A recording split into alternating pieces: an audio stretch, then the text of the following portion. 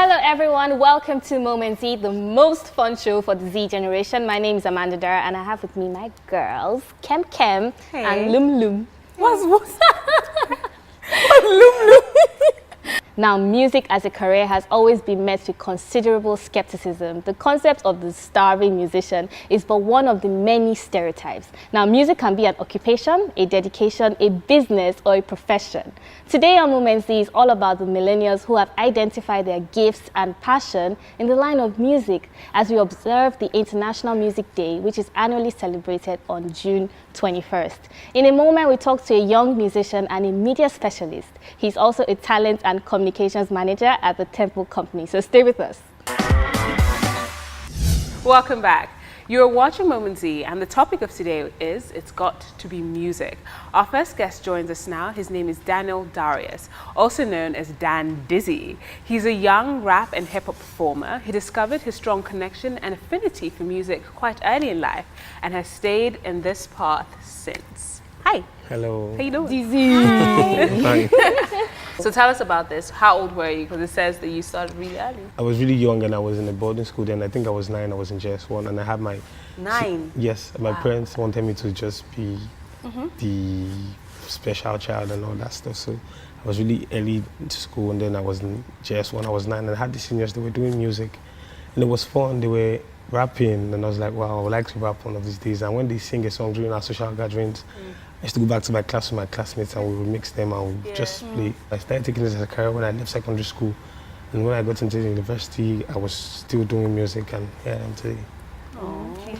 But have you actually taken time to study music or it just comes naturally to you? I think I've not studied actually, but I think I do some certain research on my own. And then I take my time to improve on myself and learn new things every time. I want to ask though, do you think that every musician must blow? I don't think every musician must blow, but I think every musician must be good. If you're good, something good will come your way. Blow does not necessarily mean that you must be like Whiskey. There's a certain kind of blow and there's a certain kind of blow. Because if you go to Ibadan, there's an artist in Ibadan that is a celebrity in Ibadan and there's not a celebrity in Nigeria or in Lagos. And then if you go to a certain place, a certain street in Ibadan, there's an artist that's a celebrity in the street. And then maybe he's comfortable like that. He has blown to him and too. It depends on you. He's conquered his environment. But if you were to describe the Nigerian music industry right now, how would you describe it? Man, I'll just say, I'll just call it a disco house, man. A what? Disco house. Disco house. Why? Disco house. Why would you call it a When disco? what happens in the disco house? When You just dance and make noise? beats. that's what happens in Nigeria. So you don't think there's much substance? There's not much substance. Just Why do you think that is? we just have fun? Because we just have fun.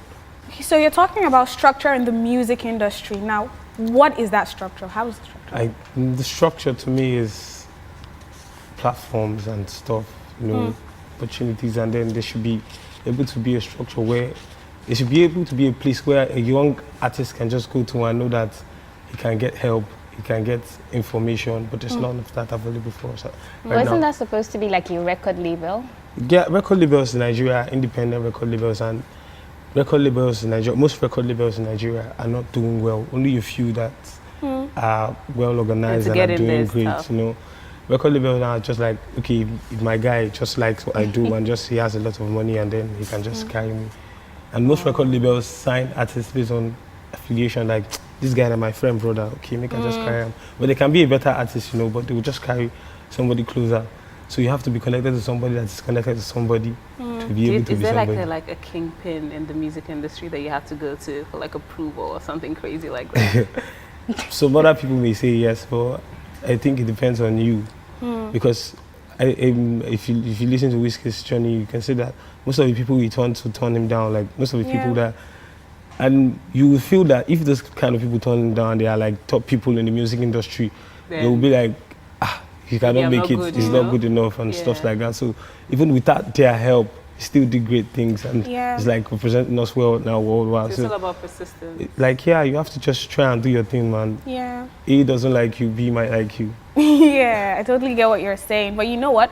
We need to take a quick break because when we come back, our second guest, who's going to tell us about the business of music, will be joining us. Welcome back. It's been Moments, guys, and we have been talking about music. Our second guest joins us now. His name is Mr. Taifa Tiligiado. He's a media specialist, talent manager, and communications manager at the Temple Company, and he comes with his wealth of experience. Welcome to the show. My wealth of experience. So talking about experience, can you tell us the truth about the music industry? Because all we hear is the hype. What is the actuality of the music industry? Well, the truth is there is no industry.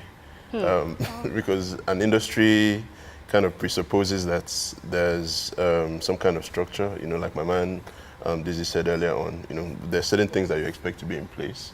But right now it's kind of a collection of individual people just doing their own thing. That includes bigger companies. And there's no real connectivity to call it an industry. It's just so like every man for himself. So why are young people still pushing into music, and why don't they have like second options? I think the attraction is from the really big successes we've had. Yeah. You know, so you know the Wizkids, the Davidos, you know Tiwa, Savage, you know, etc. And it has really created, you know, this, you know, glamorous life, you know, which I think.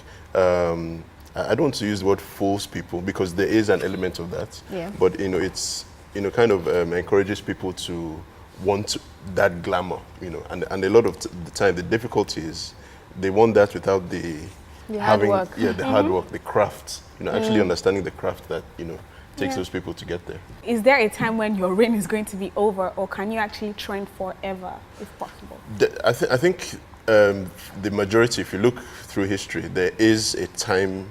You know, there's a life cycle for every artist. You know, the reason why, you know, we still talk about people like Beyonce and, you know, because they're the exceptions. They've had 20-year careers. You know, but then, you know, if you look at what the people they started with, you know, they've kind of had their little moments, you know, and then, you know, they've kind of faded.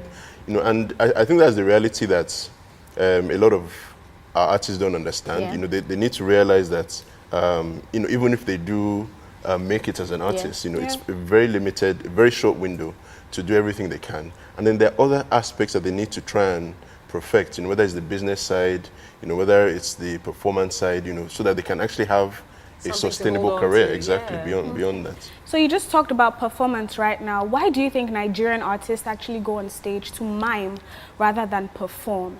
A lot of them haven't taken the time to really understand the craft. A lot of the guys who have, quote unquote, blown, they've done club gigs, you know, across, you know, different countries, you know, across different states. They've, you know, performed in front of 5 people, 10 people. But unfortunately, we don't really have that structure, that system here, where as you're getting on stage each time, you're learning things about yourself. I actually agree with you because I watched a video online and it was a show where they brought Neo and Tiny Temper. And what's really intrigued me about that video is the fact that there was like a science to music. So Neo was talking about the algorithm change, how it affected his music, that when he started off, you know, his music was accessible to everyone, but then the algorithm changed and it's now more like it's only people who like your type or your genre of music that will hear your music. And then he talks about his strategies that he has used, you know, content for his Instagram page, how he's not an Instagram person, but he had to employ someone. And I'm like, I think Nigerian musicians probably don't understand that there's a business side to it. They rush in to rush out. Yeah, and that's true, especially when you're even dealing with record labels, for example. I know we all heard about what happened to Kiss Daniel, for example, who was earning just, isn't it 30,000 naira a month. So is there a way an artist who's going into this, because you know sometimes you're just so into music, but would you say there are steps you need to take to ensure that you have a successful musical career? Yeah, definitely. The first thing is, you know, actually be good at music, as obvious as that sounds.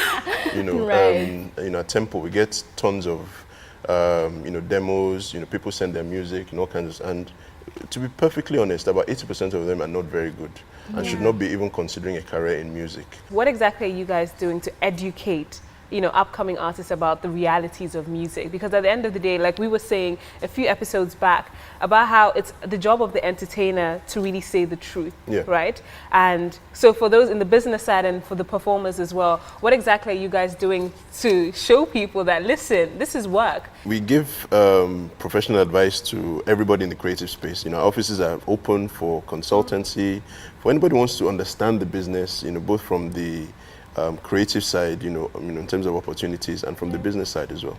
Okay, we've heard from the business side now, but Darius, I just want to ask you, for a musician who's been persistent, I mean, it has to be music, I have to make it in this. When do you draw the line between being persistent and you being realistic that this is not a path for you? Okay, like each time you step out to perform, like, I grew up in Port Harcourt here, and there were little shows and little gigs we do on the streets, and then each time you step out to perform, there's a way the fans respond, there's a way the people react when you're performing, there's a way your friends talk about your music when they're telling other people about your music.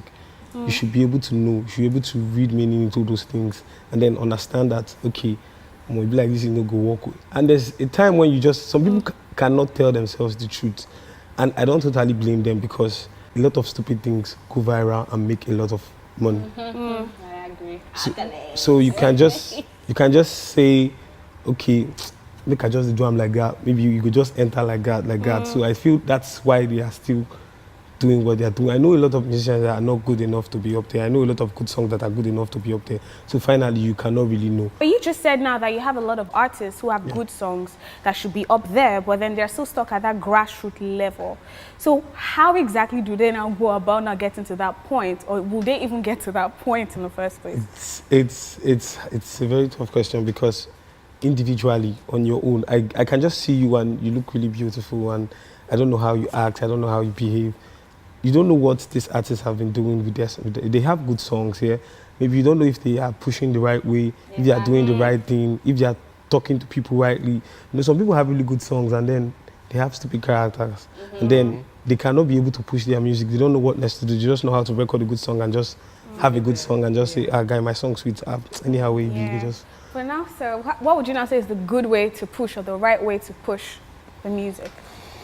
Yeah, I mean, it's really like you said, there's kind of some guidelines, but there's no secret formula. If not, everybody will be doing it, you know. But there's some, if you look at the songs that have made it, and the musicians who are doing it, there's some common things, you know. They work hard.